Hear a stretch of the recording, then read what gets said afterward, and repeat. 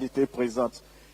Donc, je l'indiquais tantôt, cette cérémonie comporte 2 phases, naturellement. Tout à l'heure, le Premier ministre Afi N'Guessan va donc donner lecture de la déclaration liminaire et juste après, nous allons passer à la seconde phase de questions-réponses. Sans plus tarder, Président Afi N'Guessan, vous avez la parole. Merci. Chers amis de la presse, mesdames et messieurs les journalistes, camarades militantes, camarades militants, leaders des partis politiques, je voudrais d'abord dire merci. Je vous dis merci d'avoir répondu une fois encore à notre invitation à ces moments difficiles mais cruciaux pour notre pays et nos compatriotes. La Côte d'Ivoire est face à son destin.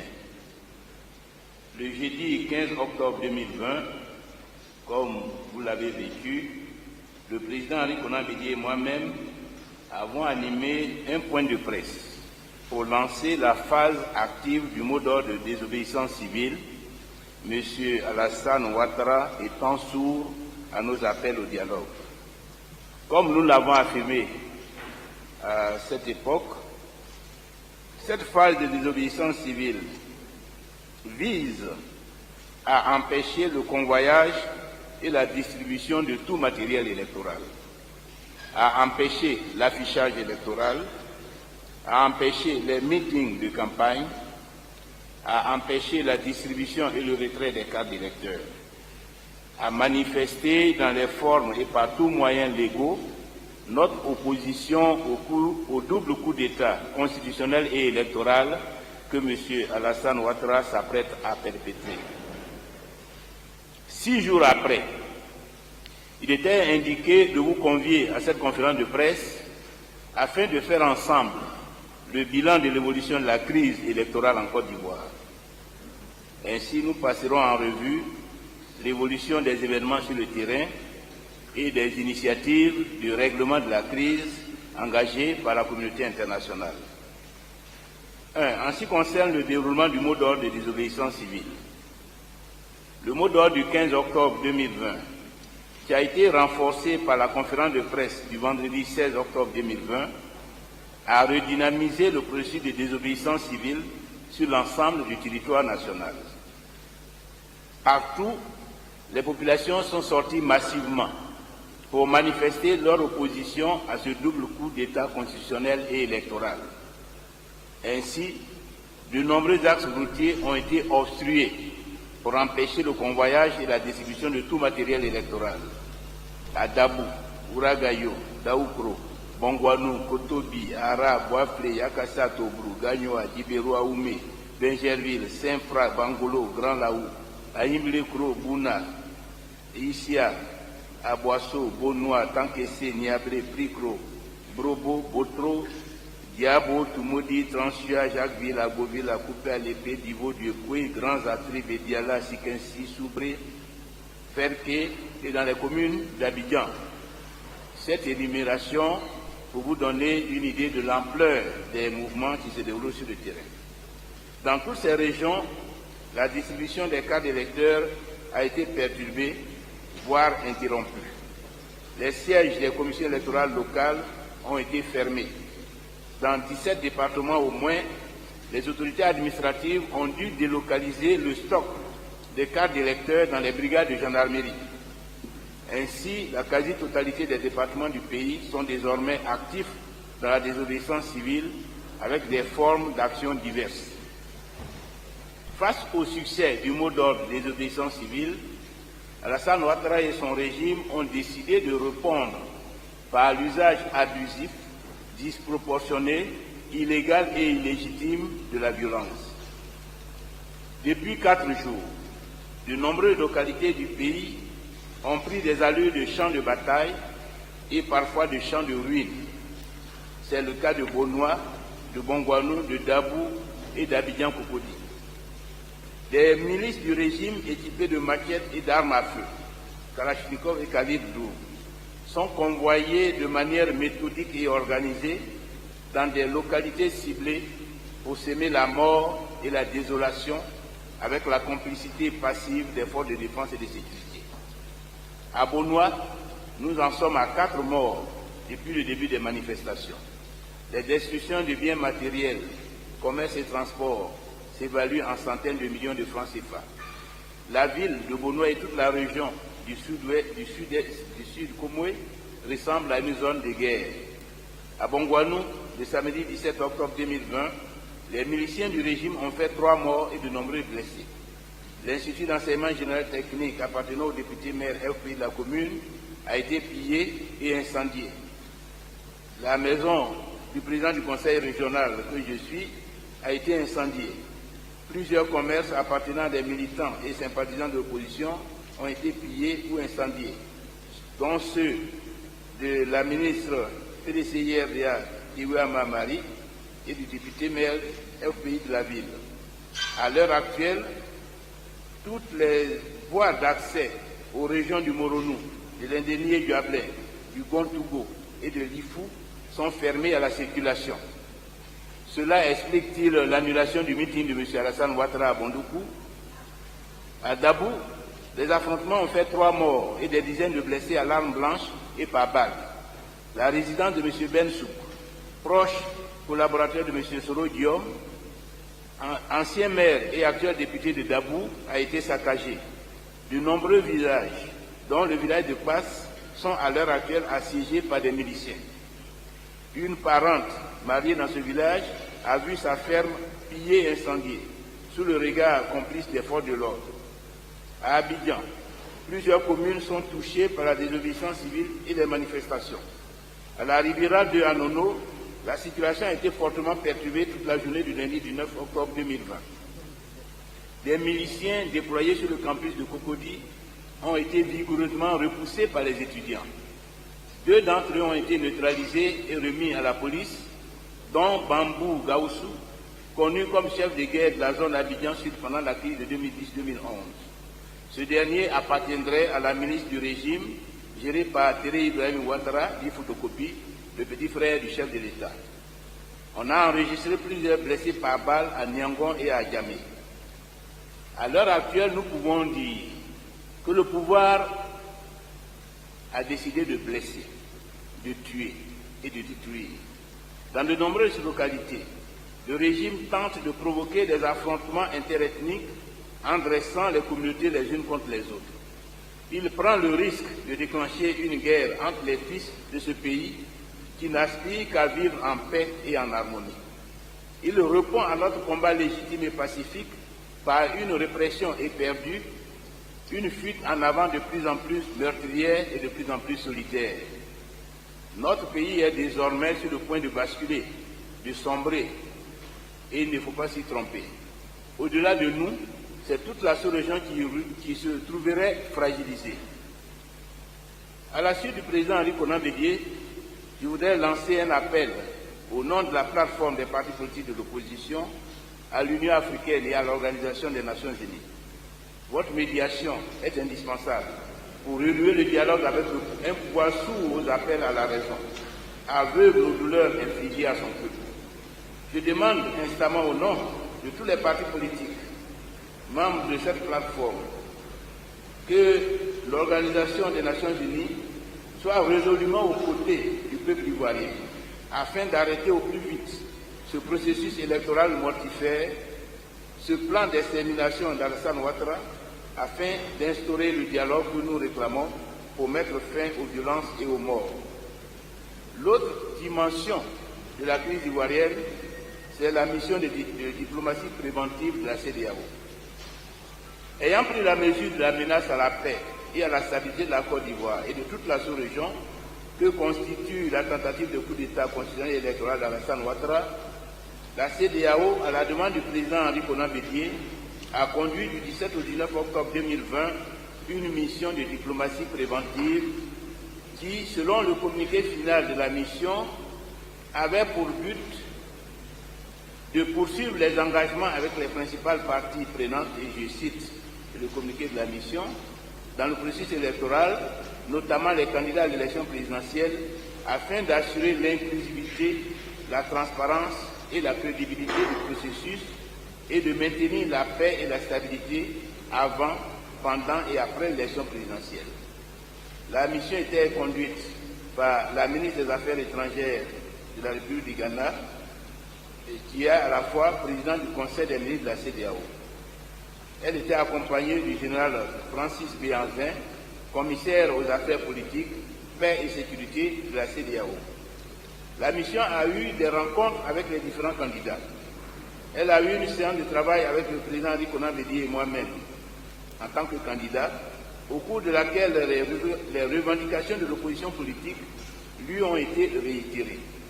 Je voudrais rappeler que ces revendications portent sur plusieurs points: la commission électorale indépendante, le Conseil constitutionnel qu'il faut reformer totalement, la candidature à un troisième mandat de M. Alassane Ouattara qu'il faut retirer, le rejet de plusieurs candidatures, au total 40 candidatures sur 44, sur des bases que nous contestons, parce que nous les considérons comme opaques et illégales, la réinscription sur la liste des candidats du président Laurent Gbagbo et du Premier ministre Soro Diom, afin que légitimement ils puissent participer à ce processus électoral. Et à ces revendications, lorsque nous avons donc rencontré cette mission, nous avons ajouté le report de l'élection présidentielle, quelle que soit l'issue qui serait réservée aux précédentes revendications. Même s'il y avait un accord sur l'ensemble de ces revendications, il fallait que l'élection soit reportée afin de garantir un scrutin équitable et apaisé.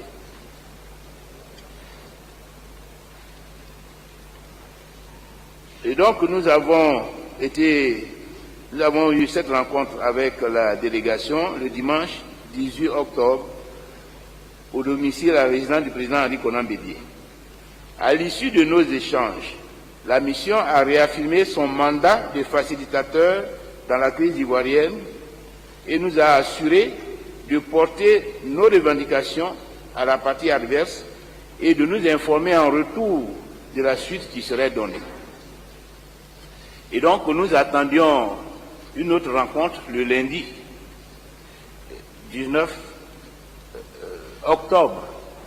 C'est donc avec beaucoup de surprises que nous avons noté ce lundi 19 octobre 2020 que la délégation avait quitté le pays et produit un communiqué final qui se borne à noter, et je reprends les points de ce communiqué, à noter la persistance des points de divergence relatifs au processus électoral. C'est le point 7 du communiqué de la CEDEAO. À observer la méfiance persistante des candidats et acteurs politiques à entreprendre des initiatives de dialogue constructif. C'est le point 8. À exhorter les candidats à l'élection présidentielle ainsi que les partis politiques à faire des efforts afin de parvenir à un accord concernant les élections. C'est le point 9. Et à réitérer son appel à la CEI pour qu'elle poursuive ses réunions avec les différents candidats. C'est le point 10. À condamner les actes récents de violence et appeler toute partie à faire preuve du maximum de retenue. À exhorter les autorités compétentes à inviter les forces de sécurité à rester neutres et impartiales et professionnelles dans l'exercice de leurs fonctions et appeler tous les candidats à faire preuve de tolérance et à éviter des propos incendiaires et des discours haineux. Ainsi donc, cette mission, contrairement à nos aspirations, à nos attentes, que la CEDEAO pourrait nous permettre d'avancer, cette mission a marqué une sorte d'impuissance face aux revendications de l'opposition et une sorte d'impuissance à amener le gouvernement, le chef de l'État et sa coalition politique à faire des concessions. On peut considérer donc que la mission a été sanctionnée par un échec et que le problème reste entier dans la mesure où la CEDEAO nous renvoie dos à dos et nous dit de nous débrouiller pour trouver une solution à notre crise. Je voudrais, au nom de la plateforme,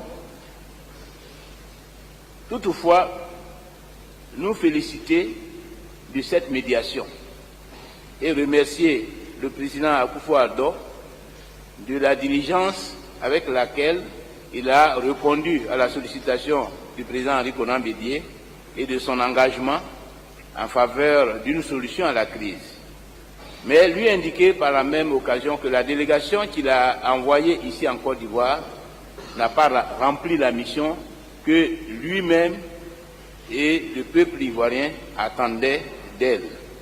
Nous notons donc l'échec de cette mission et nous déplorons l'attitude de la chef de mission qui n'a pas osé nous rencontrer comme elle l'avait promis pour nous porter la réponse du gouvernement relativement aux revendications qu'elle était censée porter à la partie adverse. Nous réitérons notre disponibilité et notre ouverture à la négociation et à la facilitation internationale. Et voulons réaffirmer que nous ne serons ouverts à ces négociations que dans un cadre de facilitation internationale. Parce que je dois ajouter que, avant de quitter la Côte d'Ivoire, Madame la ministre a dépêché des émissaires pour nous signifier que le gouvernement était ouvert, que si nous étions invités à un dialogue, et elle nous demandait d'y répondre favorablement. Nous avons répondu aux émissaires que nous étions ouverts au dialogue, mais dans le respect de la facilitation internationale. L'invitation qui a été adressée aux partis politiques et aux candidats, que vous avez certainement noté dans la presse, pour une rencontre ce matin, rencontre qui a été reportée à cet après-midi, ne nous concernerait que si cette invitation s'inscrit dans le cadre de la facilitation internationale et si elle est convoquée, elle est adressée par la CEDEAO ou toute autre organisation internationale sous l'égide des Nations Unies.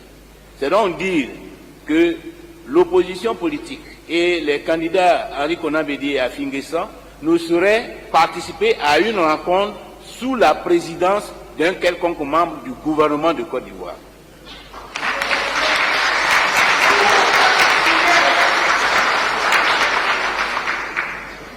Nous voudrions rappeler au président Akufo-Addo que nous sommes toujours ouverts et lui demander de prendre toutes les dispositions pour qu'une mission véritablement engagée en faveur de la résolution de la crise ivoirienne nous soit adressée dans le cadre de la CEDEAO ou dans le cadre de l'Union africaine.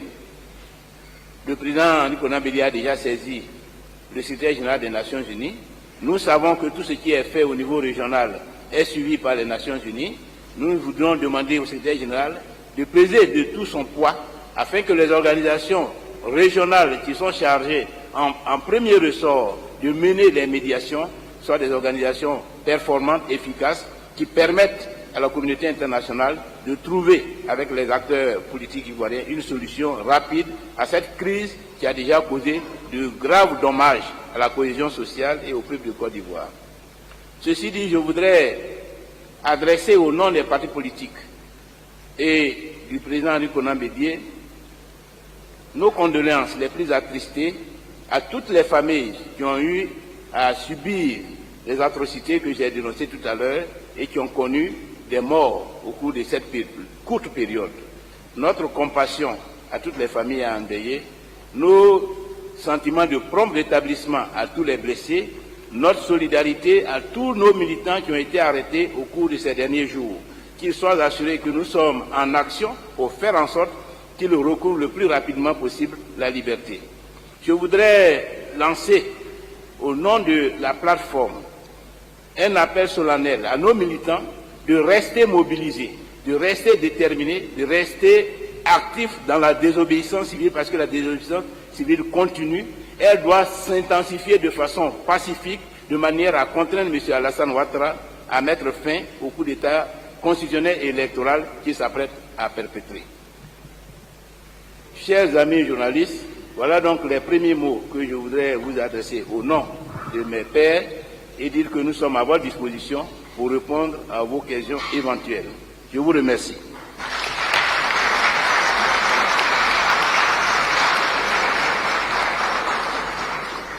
Merci, Monsieur le Président. À présent, nous allons passer à la seconde phase de cette rencontre. Je voudrais juste réitérer aux uns et aux autres de s'assurer que leurs téléphones portables sont bien sont en mode silence, si on ne peut pas l'éteindre. Cela pour vraiment garantir la sérénité de nos échanges. Chers confrères, nous allons passer donc à la seconde phase, comme je le disais. Vous prenez le micro, vous vous présentez l'organe et vous posez une question. Question précise et concrète.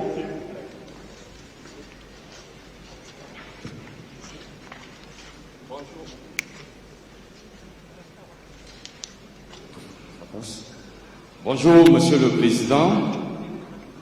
Je suis Monsieur Stéphane Betty de l'agence de presse panafricaine, APP.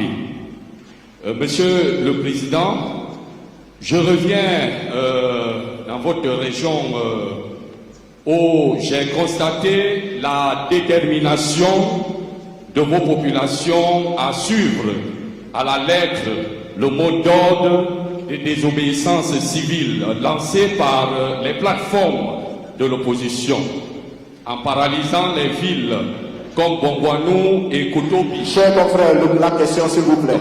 Je note donc quelques inquiétudes de ces populations. Doit-il paralyser la vie économique du jour au jour? Secondo, en cas d'attaque du camp adverse, comment doivent-ils réagir? Et à quand la visite des représentants des leaders de l'opposition pour les galvaniser? Merci. Le suivant. Je vous demande et dans vos questions, s'il vous plaît, pour permettre aux conférenciers de bien cerner votre préoccupation. Pas de conférence dans la conférence, je vous en prie. Merci. Moi, c'est bienvenu Kofi du journal Le Midi.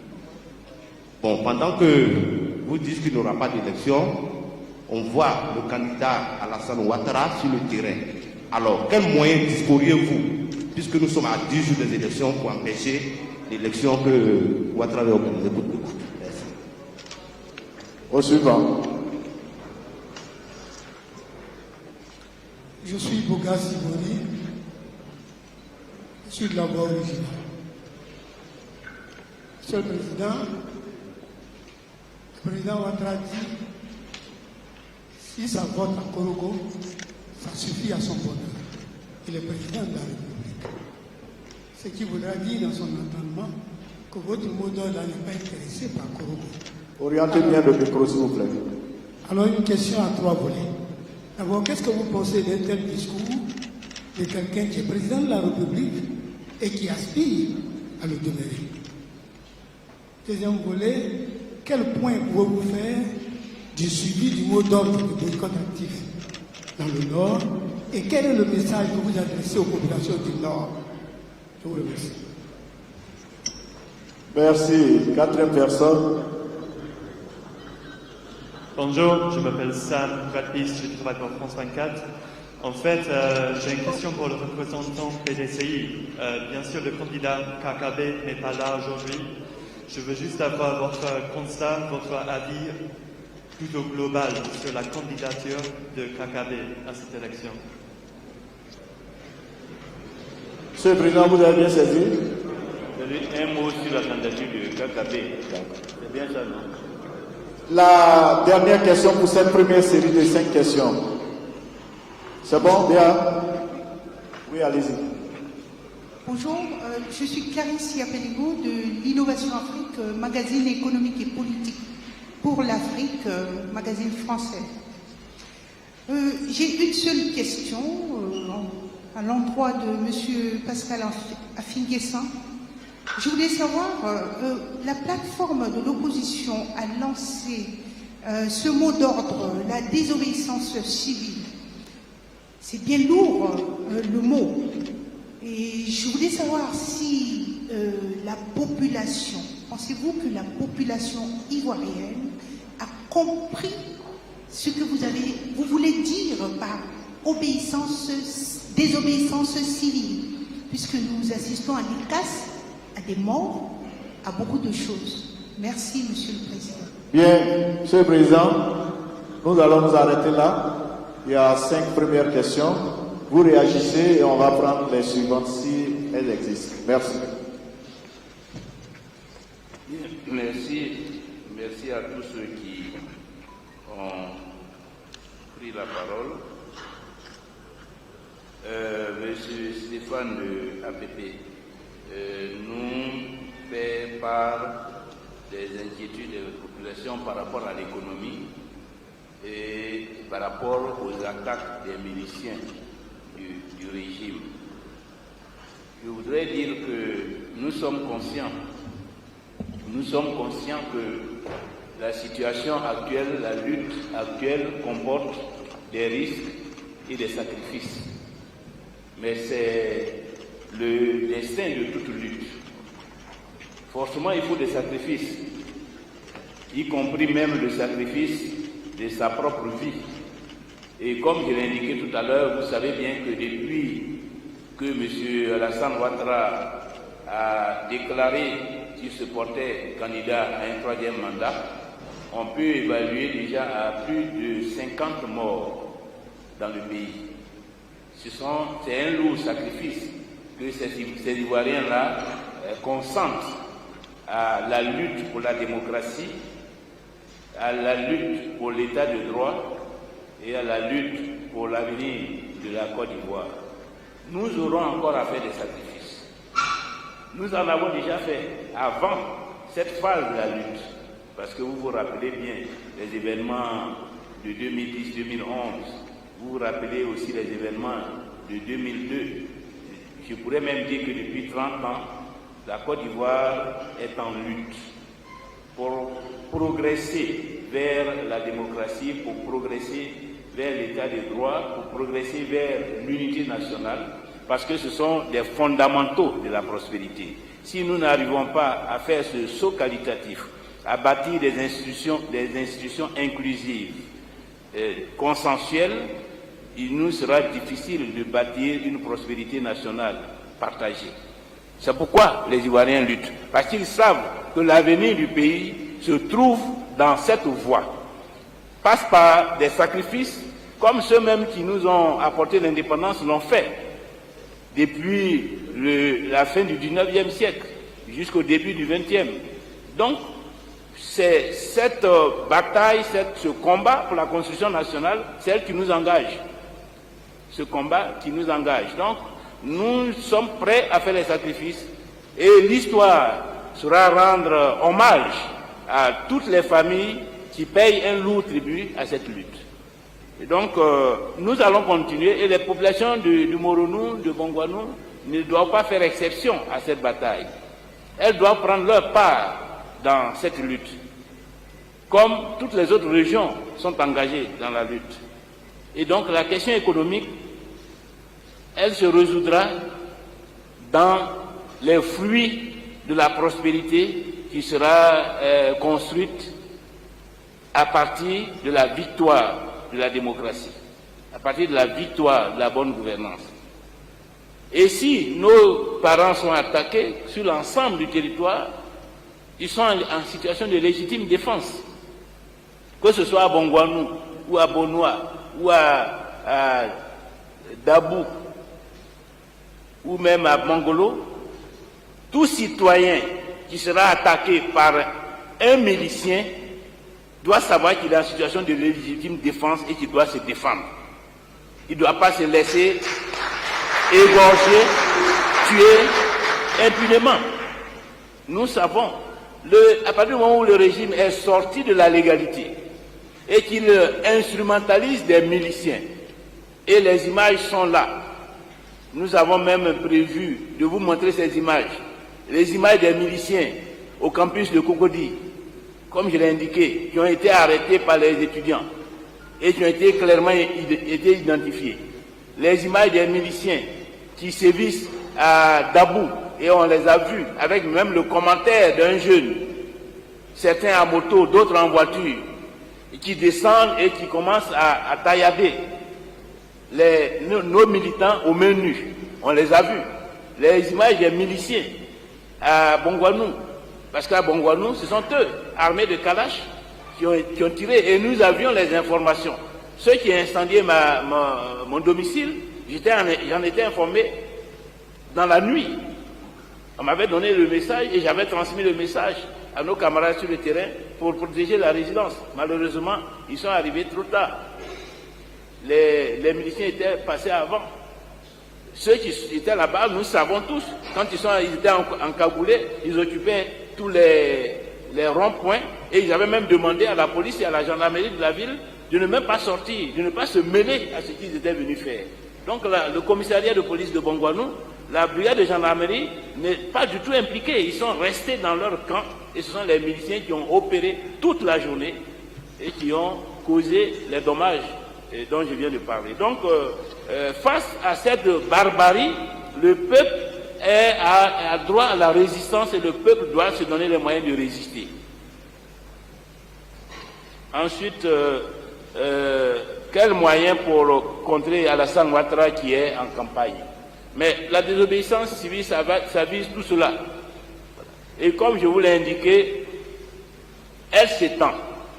Je peux dire qu'à l'heure actuelle, la désobéissance civile a disqualifié le processus électoral en cours. La désobéissance civile a rendu caduque tout ce qui est en train de se faire. Déjà avec les résultats, sans attendre même le 31 octobre, les résultats que nous avons obtenus montrent bien que nous ne sommes plus dans un processus électoral, montrent bien qu'il n'y a pas d'élection en Côte d'Ivoire. D'ailleurs, vous le voyez, en dehors de quelques images, quelques photos à travers la ville, est-ce que vous vivez à Abidjan une ambiance de campagne électorale? Il n'y a pas de campagne, il n'y a pas de campagne électorale, il n'y a pas d'élection. La réalité, c'est ça, il n'y a pas d'élection. Même le candidat qui a osé braver la volonté générale d'empêcher le coup d'État n'ose même pas se promener, n'ose même pas circuler avec ses propres photos sur ses véhicules de campagne. Alors hier, d'ailleurs, quelqu'un me racontait, c'est mon directeur de cabinet qui me racontait une histoire à propos d'une délégation du RHDP qui a été faire un meeting à Tiapoum. Donc à la fin du meeting, et au moment où donc tout ce monde devait embarquer pour revenir à Abidjan, le propriétaire du car a lancé le message suivant: bon, maintenant on a fini le meeting, je ne veux pas voir une seule personne habillée aux couleurs d'Alassane Ouattara dans mon car.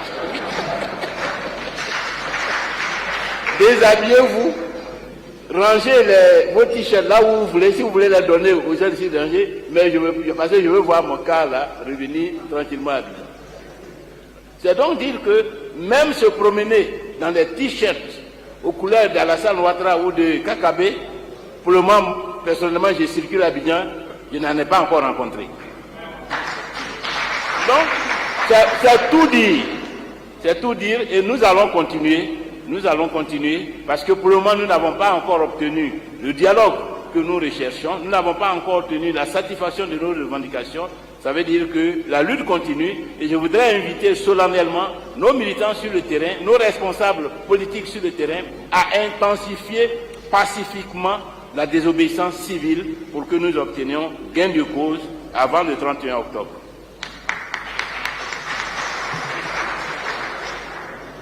Alors, Bouga Sibori donc Ouattara minimise notre mot d'ordre et pense qu'il peut se proclamer président le 31 octobre, même s'il y a un seul bureau de vote qui est ouvert. Oui, mais ça n'engage que lui. La proclamation n'engage que lui. Parce que c'est comme si vous-même, vous allez vous mettre au carrefour de l'Indénié et puis vous criez « Je suis le président de la République de Côte d'Ivoire ». Ça n'engage que vous. Si les Ivoiriens vous applaudissent et vous portent jusqu'au palais, à ce moment, vous allez constater que vous êtes effectivement le président. Mais si les gens commencent à vous huer, or ce qui va arriver à M. Alassane Ouattara, si d'aventure le 31 octobre, il ose proclamer qu'il a été élu à l'issue d'une élection.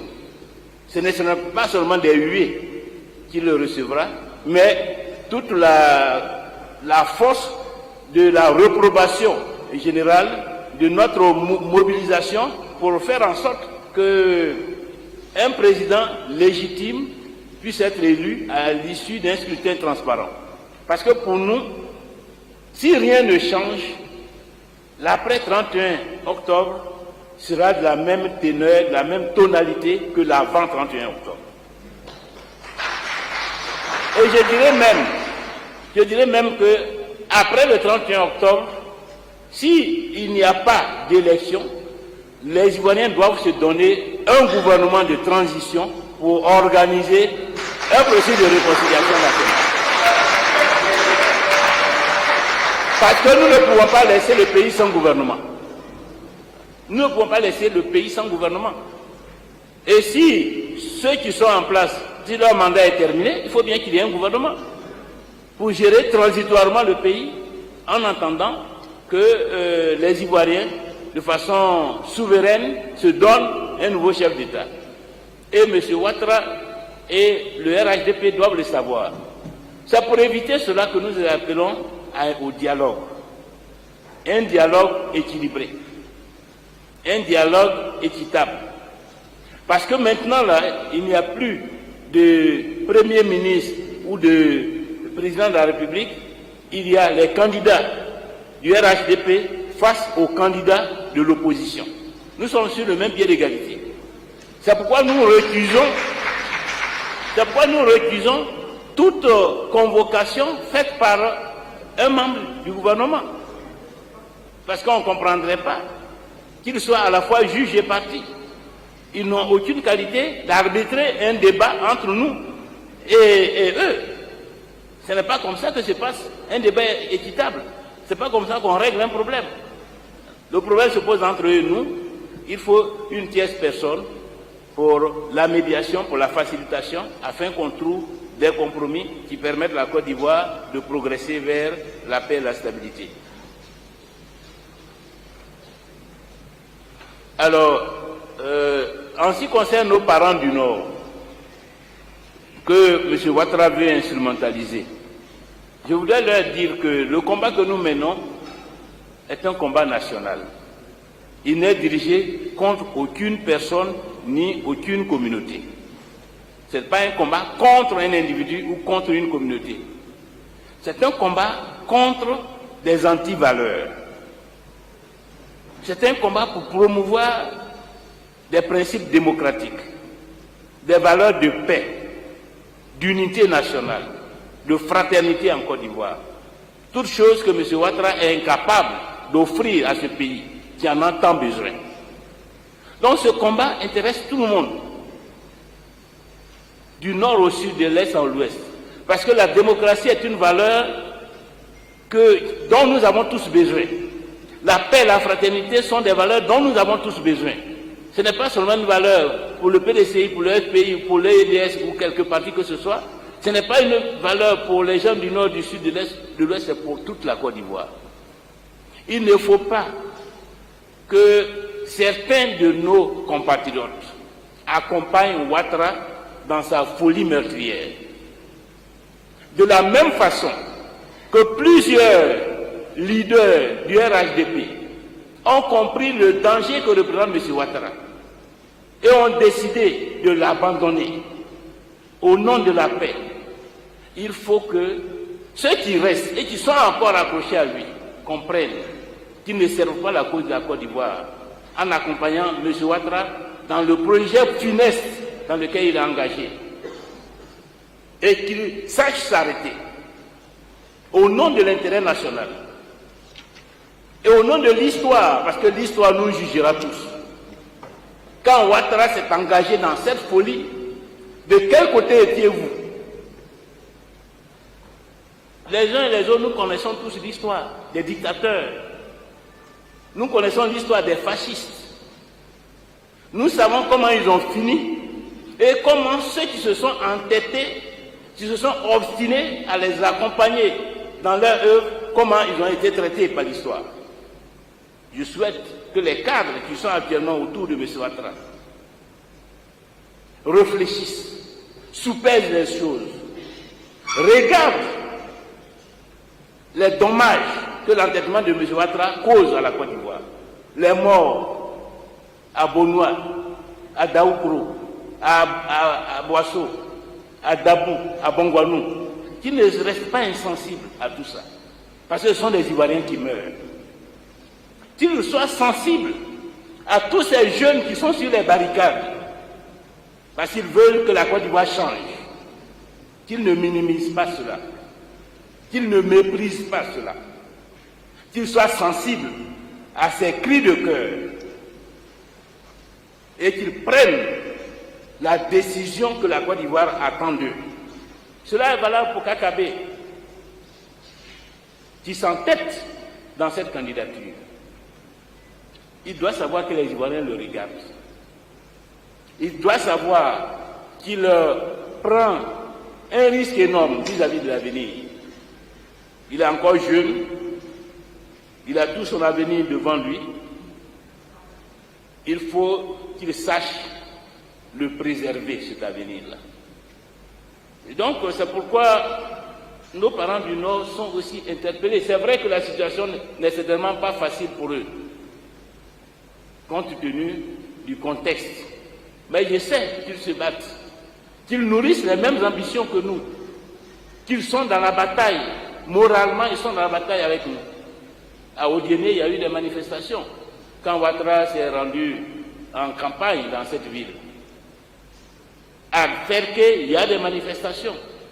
Dans certains villages, les cartes d'électeurs ont été confisquées. Donc ça veut dire que c'est toute la Côte d'Ivoire. Parce que ce combat-là est partagé. Il est compris, il est accepté et il est partagé. Donc je ne doute pas que les choses évoluent au nord aussi. Et nous allons tout faire pour que ce soit toute la Côte d'Ivoire qui se mobilise dans ce combat. Je crois que j'y ai répondu. Est-ce que les Ivoiriens ont compris ce que signifie désobéissance civile? Je crois que vous évoquez les morts, les casses pour vous poser cette question. Mais ce n'est pas la bonne question. La bonne question, c'est pourquoi M. Ouattara instrumentalise les milices pour agresser, pour attaquer des manifestants pacifiques au menu. C'est ça la bonne question. Parce que nos manifestants, nos militants n'ont jamais posé d'acte contre qui que ce soit. Ils dressent des barricades pour empêcher la circulation des convois qui transportent le matériel électoral. Et ce sont sur leurs barricades qu'on vient les agresser. Les étudiants qui manifestaient pour des raisons corporatistes étaient dans leur campus. Et c'est dans leur campus qu'on est allé les attaquer. Ils n'ont pas été au siège du RHDP, ni au palais présidentiel, ni à la primature. Alors on aurait compris qu'ils font de la provocation, ou même qu'ils n'ont pas compris le mot d'ordre de désobéissance civile. Mais ils sont chez eux. C'est la même chose à Passe. Les gens sont dans leur village. Et des gens qui partent d'Abidjan en voiture, à moto, vont jusqu'à Dabou, dépassent Dabou, vont dans les villages pour agresser les uns et les autres. Parce que le pouvoir veut s'aimer la mort pour dissuader les Ivoiriens de manifester, de contester le régime. C'est ça la dictature. Mais nous ne céderons pas la dictature. Parce qu'il faut bien qu'un jour ou l'autre, la Côte d'Ivoire sorte de la dictature. Et nous considérons que le moment est venu de mener cette bataille et de la gagner pour que la paix et la démocratie s'instaurent définitivement dans notre pays. Je crois avoir passé en revue les différentes questions. Bien, merci Monsieur le Président. Chers confrères, on va prendre la toute dernière liste de 5 questions. Béatrice, oui. Non, organe, question. Merci. Je suis Jérôme Diri pour le quotidien de Nouveau Réveil. J'ai deux préoccupations. La première préoccupation, monsieur le conférencier, les populations, à tort ou à raison, accusent la police et la gendarmerie d'être aux côtés des miliciens pour les attaquer. Quel est votre message à ces forces républicaines qui, logiquement, devaient protéger les populations? C'est ma première préoccupation. Pendant que vous lancez, vous exécutez le mot d'ordre de désobéissance civile, le président Ouattara semble narguer un peu l'opposition. Récemment, à Mans, il a dit que c'est parce que vous n'avez pas les moyens de faire campagne que vous lancez dans cette forme de désobéissance. Que si vous n'avez pas l'argent, vous pouvez prêter de l'argent au trésor public. Quel commentaire? Au suivant.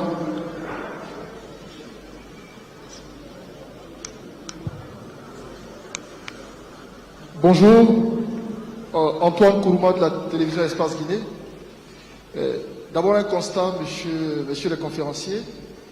Je veux savoir, jusqu'ici, est-ce qu'Afin Guessan et Henri Konan Bédié sont encore candidats pour les élections présidentielles, D'aucuns pensent qu'il y a incohérence dans la démarche. Jusque-là, la candidature est encore maintenue, la caution a été versée et vous continuez à contester le déroulement du processus électoral. Est-ce que vous êtes encore candidat pour les élections? L'autre question, c'est... Je retire mon masque. L'autre question, c'est par rapport à la désobéissance civile dite pacifique. Vous la qualifiez de pacifique et sur le constatons. Est-ce que les actes de violence qui ont lieu, vous les assumez? Est-ce que vous les revendiquez? Sinon, d'où proviennent-elles? Merci. Au suivant.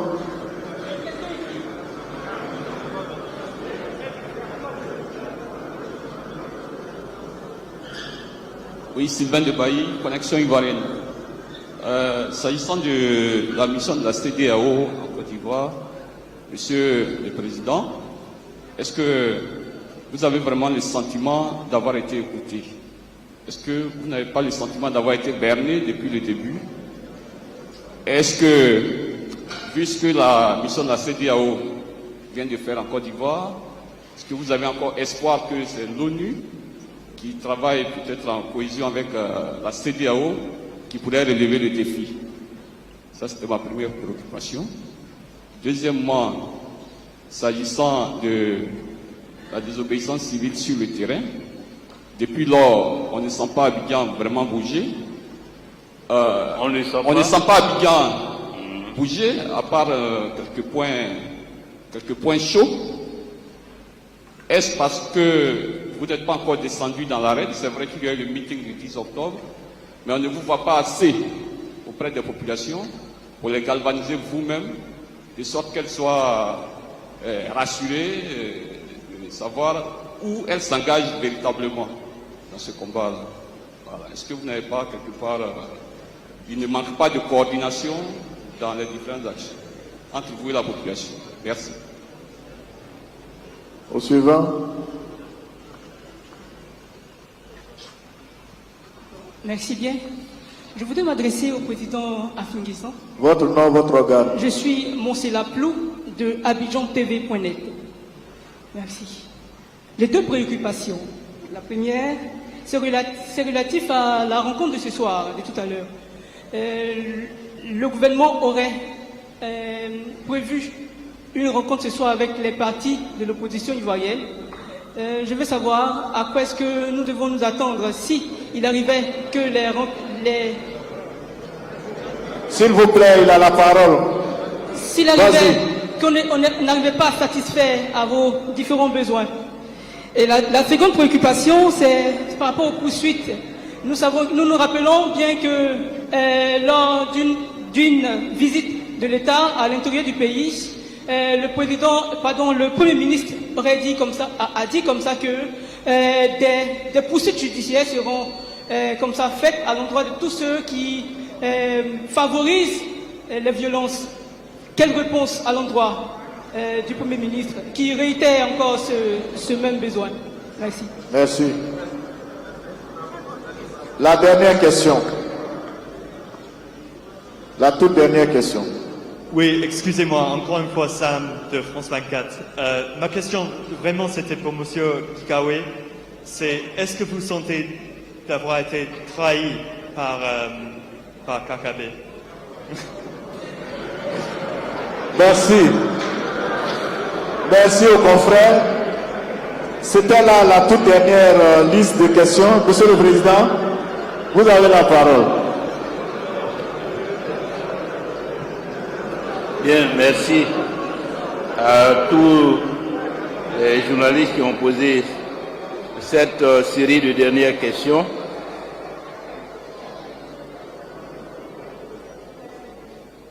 On peut écouter le conférencier, s'il vous plaît? Monsieur le Président, vous pouvez. Oui, notre ami Jérôme de Nouveau Réveil a évoqué une question que nous avons déjà évoquée dans nos propos liminaires, à savoir le rôle de la police et de la gendarmerie dans tout ce qui se passe sur le terrain. Oui, ce qu'on note, et le cas de Dabou a été flagrant, c'est qu'il y a des éléments au sein de la police et de la gendarmerie qui accompagnent les miliciens, qui parfois leur ouvrent le chemin. Parce que les villages de Dabou qui ont été attaqués ont pu l'être parce que la police et la gendarmerie sont venus demander aux jeunes de lever les barrages qu'ils sont là pour assurer leur sécurité, pour assurer la sécurité. Et quand les barrages ont été levés, les miliciens se sont engouffrés pour aller agresser les populations dans les villages. Donc il y a des éléments au sein de la police et de la gendarmerie qui sont aussi à la base de tout ce qui s'est passé. On peut même penser que des miliciens sont habillés en policiers ou en gendarmes pour pouvoir sévir impunément, pouvoir sévir sans que les populations puissent les identifier. Ensuite, vous évoquez donc les propos du chef de l'État, du candidat Alassane Ouattara, par rapport à la situation financière de l'opposition. Mais je crois que ce sont des propos même qui sont dignes d'un chef d'État candidat, même s'il est candidat. Ce n'est pas parce qu'on est candidat qu'on doit s'avilir, qu'on doit tenir des propos indignes. Il faut, surtout lorsqu'on envisage de briguer encore un autre mandat, de se voir reconduit à la tête de l'État, il faut rester à la hauteur de ce que les Ivoiriens attendent d'un chef d'État. Beaucoup de dignité, de décence dans les propos, de dignité dans l'attitude. Donc ce sont des propos qui montrent bien que nous sommes fondés à mener ce combat, parce que nous menons aussi ce combat pour que la Côte d'Ivoire puisse avoir un président digne de son rang. Un président digne de la Côte d'Ivoire. Parce que la Côte d'Ivoire se prend au sérieux. La Côte d'Ivoire se considère comme une grande nation en Afrique et dans le monde. Et elle ne peut pas se permettre d'avoir à la tête un chef d'État qui a un comportement qui ne correspond pas du tout à ce que les Ivoiriens attendent d'un chef d'État. Qui jette même, je dirais, la honte. Mais en dehors même de ces propos sur l'indigence financière des Ivoiriens, personnellement, j'ai été honteux dans cette vidéo où on le voit en train de marteler un coup KO, un coup KO, un coup KO, un coup KO. J'étais malheureux. J'étais malheureux. Parce que ça avait l'air même d'une hyène qui agonisait.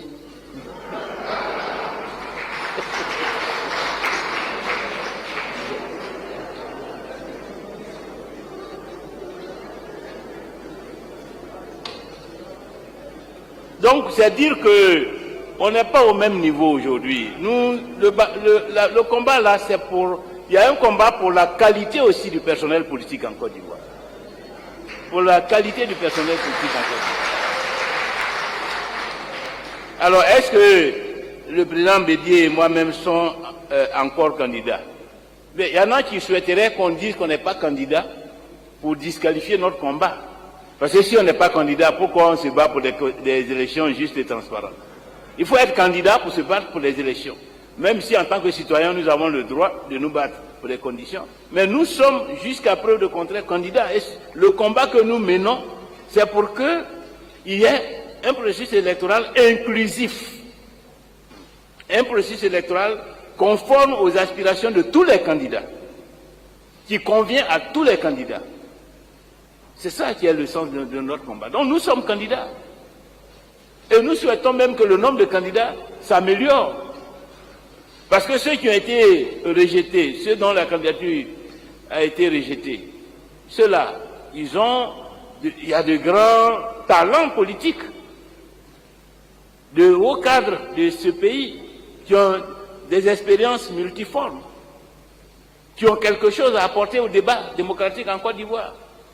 C'est-à-dire qui peut permettre aux Ivoiriens de voir la richesse des projets politiques, de voir les différentes possibilités de conduire la prospérité de ce pays et de pouvoir avoir une palette de choix. Parce que quand vous choisissez entre 4 produits, votre choix n'est pas aussi libre, aussi étendu que si vous choisissez entre 10 produits. Donc nous sommes candidats et nous souhaitons que tous les autres candidats qui ont été recalés, la chance leur soit offerte de pouvoir eux aussi participer et contribuer au débat démocratique dans notre pays et donc à la maturité démocratique de la Côte d'Ivoire. Désobéissance civile et actes de violence. Je crois que j'ai répondu à cette question. Que la responsabilité incombe totalement au régime. Vous avez vu leurs miliciens. Vous avez vu leurs miliciens. Quand un régime utilise des milices, ça veut dire que toutes les violences qu'on observe sur le terrain sont l'œuvre de ce régime-là, sont la responsabilité de ce régime. Est-ce que nous avons le sentiment d'avoir été écoutés par la CEDEAO ou bernés? Non, je crois que la CEDEAO a bien compris. La CEDEAO a bien compris le problème qui se pose. La CEDEAO a bien compris la légitimité de nos revendications. Et leur propre communiqué l'atteste. Mais il ne suffit pas de bien comprendre pour être utile à la résolution d'une crise. Il faut un minimum de courage politique pour dire la vérité là où elle se trouve, pour amener celui qui doit faire des concessions, l'amener à faire des concessions. Mais la CEDEAO ne peut pas ignorer la décision de la Cour africaine des droits de l'homme des peuples qui dit clairement, dans un arrêt, qui est une décision de justice qui s'impose à la Côte d'Ivoire, que les institutions chargées des élections ne sont pas crédibles, ne sont pas transparentes, ne répondent pas aux normes internationales et qu'il faut que ces institutions changent avant les élections. Ceci est clairement dit. Ça n'a pas encore changé. Donc la CEDEAO ne peut pas dire autre chose. Ce que nous demandons à la CEDEAO, c'est d'avoir davantage de courage. De ne pas s'inscrire dans des calculs. De ne pas se laisser instrumentaliser par la dictature ivoirienne. Parce que les Ivoiriens, la Côte d'Ivoire est signataire de la charte de la CEDEAO, la Côte d'Ivoire compte sur la CEDEAO a une responsabilité, nous voulons qu'elle assume cette responsabilité de façon effective et qu'elle contribue à faire en sorte que Ouattara recule et renonce à sa volonté de coup d'État. En ce qui concerne Abidjan, prenez patience.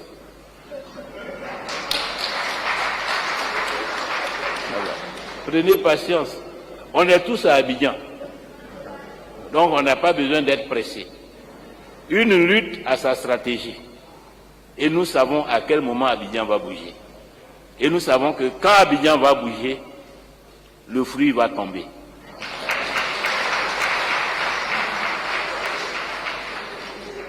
Bien, une rencontre ce soir, bon, je crois qu'on a répondu aussi à cette question, que nous ne sommes engagés dans une rencontre que dans le cadre d'une médiation internationale, et c'est ce que nous attendons. France 24. Est-ce que ça s'adresse à M. Dikawi? Non, vous savez, est-ce qu'on peut parler de trahison dans un cas pareil? On peut tout au moins noter que M. Kakabe se fourvoie. On peut noter tout au moins que M. Kakabe se fourvoie. Il se trompe de camp. Il se trompe de camp parce que peut-être qu'il a confondu l'emblème du PDCRDA avec celui du RAGP, comme il y a un peu, ils ont...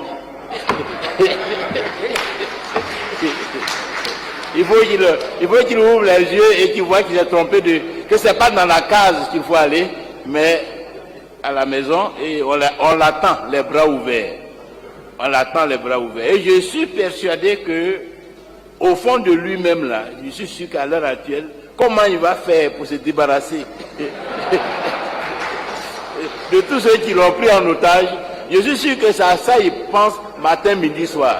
Voilà. Donc un jour ou l'autre, il va réussir à se libérer et vous allez voir, vous serez surpris de voir que Kakabe a fait la bonne déclaration, celle que tous les Ivoiriens attendent. En tout cas, merci. Merci, Monsieur le Président. Merci aussi à vous, chers confrères, mesdames et messieurs les responsables des différents partis composant les différentes plateformes. Merci aussi à vous d'avoir répondu à cet appel. On va laisser la parole au conférencier pour donner le mot de fin et lever la séance. Merci encore une fois, merci au nom de tous les leaders des partis et plateformes membres de cette coalition. Dire merci aux journalistes qui chaque fois se déplacent nombreux pour nous donner l'occasion de nous adresser à nos compatriotes et dire encore une fois à nos militants qu'ils doivent rester mobilisés dans la désobéissance civile, que la lutte continue jusqu'à la victoire finale. Je vous remercie. Merci, Monsieur le Président. Merci, chers confrères, et toutes nos excuses encore pour le retard avec lequel nous avons commencé cette conférence de presse. Rendez-vous à une autre date. Merci et rentrez bien chez vous. Que Dieu vous garde.